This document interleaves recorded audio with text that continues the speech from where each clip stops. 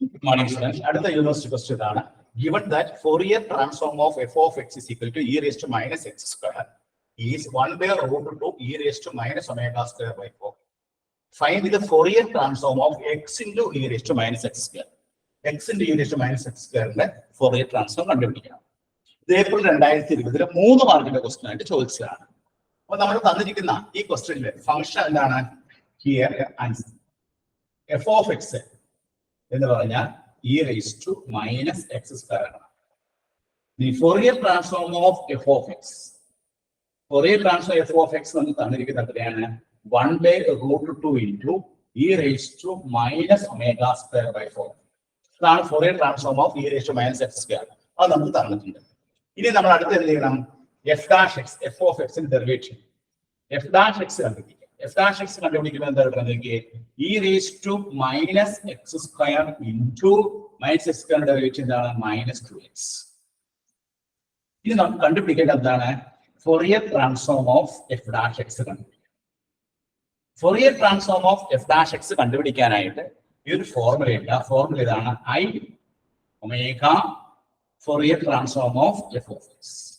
ഈ ഫോർമുല നിങ്ങൾ ഓർമ്മിക്കുക. ഇതാണ് നമ്മുടെ formula. Fourier transform of derivative. Fourier transform of f of x ന്റെ ഡെറിവേറ്റീവ് ആണ് f dash x.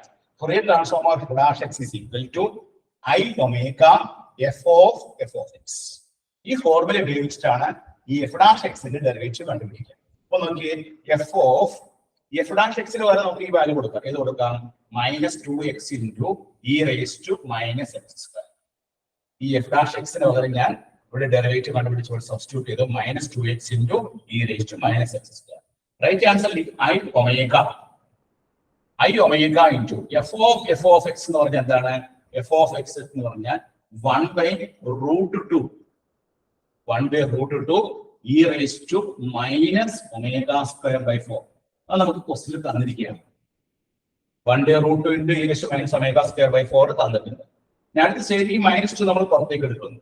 -2 Fourier transform of x into e raised to minus x square is equal to I omega 1 by root 2 e raised to minus omega square by 4.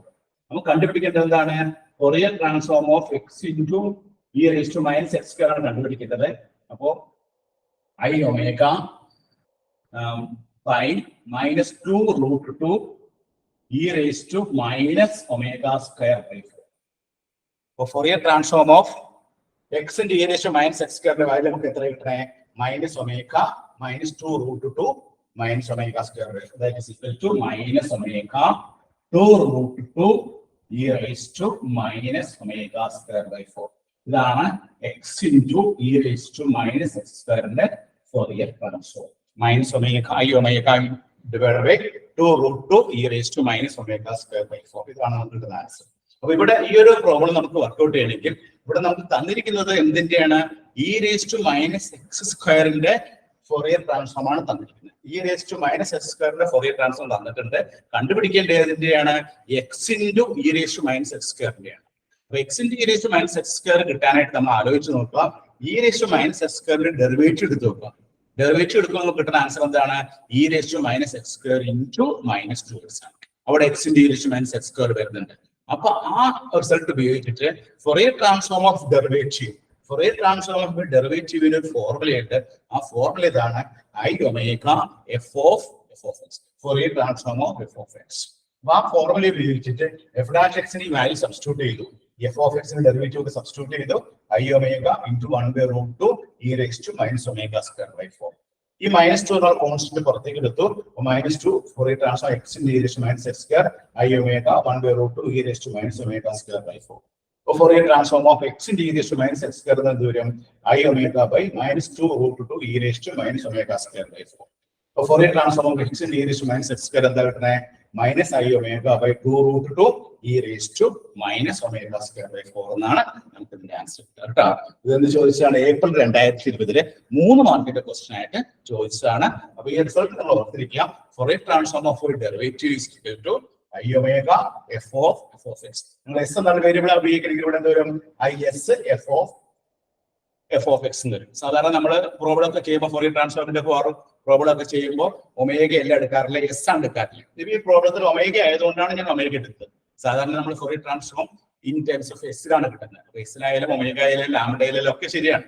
ഇവിടെ ഈ ഒരു പ്രോബ്ലത്തിൽ omega തന്നിരിക്കുന്നതുകൊണ്ടാണ് ഞാൻ I omega F of X എന്ന് എഴുതുന്നത്. അല്ലെങ്കിൽ നമുക്ക് I S F of X എന്ന് എഴുതാം കേട്ടോ.